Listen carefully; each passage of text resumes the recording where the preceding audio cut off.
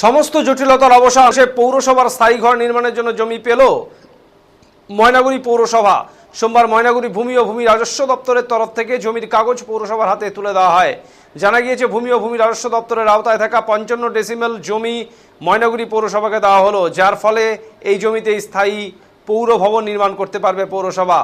এদিন জমি হস্তান্তরিত করার পরেই সীমানা বরাবর খুঁটি পুঁতে দেওয়া হয়। পৌরসভা সূত্রে জানা গিয়েছে, পৌরসভার স্থায়ী ঘর নির্মাণের জন্য প্ল্যান রাজ্যে পাঠানো হয়েছে। টাকা এলেই ঘর নির্মাণের কাজ শুরু হয়ে যাবে।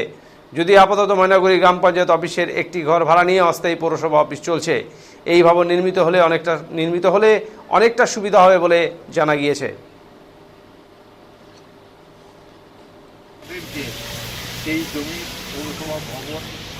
জমি তো পেয়ে গেলেন আপনারা, এবার এইখানে ভবন তৈরি হলে কি সুবিধাটা হবে?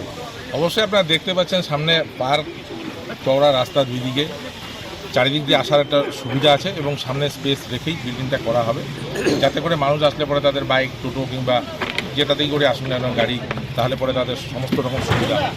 আমরা ধন্যবাদ জানাই মাননীয় মুখ্যমন্ত্রী মমতা বন্দ্যোপাধ্যায়কে, যে তিনি তার প্রতিশ্রুতি মতো যেমন অল্প সময়ের মধ্যে পৌরসভা দিয়েছেন, তার পাশাপাশি পৌরসভা ভবনের জন্য অতি দ্রুততার সঙ্গে আমাদের মাননীয় ডিএম ম্যাডাম সহ ল্যান্ড ডিপার্টমেন্টের আধিকারিকরা সহ তাদের তৎপরতায় আমরা অতি দ্রুত এই জমিটি আজকে পেলাম। 55 ডেসিমেল জমি, হার্ট অফ দ্য টাউন, চারিদিকে মানে ময়নাগুড়ির চারিদিকের মাঝখানে এটা।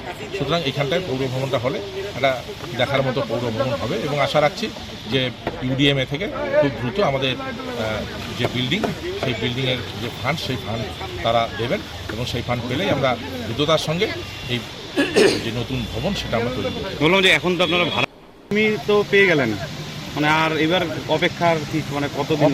আমাদের প্ল্যান এস্টিমেট সমস্ত কিছু পাঠানো হয়েছে সরকারের কাছে। এখন অর্থ অনুমোদন হলেই ইলেকট্রিসিটি সহ কত ডেসিমেল জমি হস্তান্তর হলো? 55 ডেসিমেল জমি আমরা আজকে ভূমি রাজস্ব দপ্তরের তরফ থেকে পৌরসভার হাতে হস্তান্তর করলাম। মানে এটা পুরো আপনাদের ভূমি রাজস্ব দপ্তরেরই জমি? ভূমি রাজস্ব দপ্তরের জমি। এটা ইন্টার ডিপার্টমেন্টাল ট্রান্সফারের মাধ্যমে ভূমি রাজস্ব দপ্তর মিউনিসিপ্যালিটির কাছে হস্তান্তর করলো।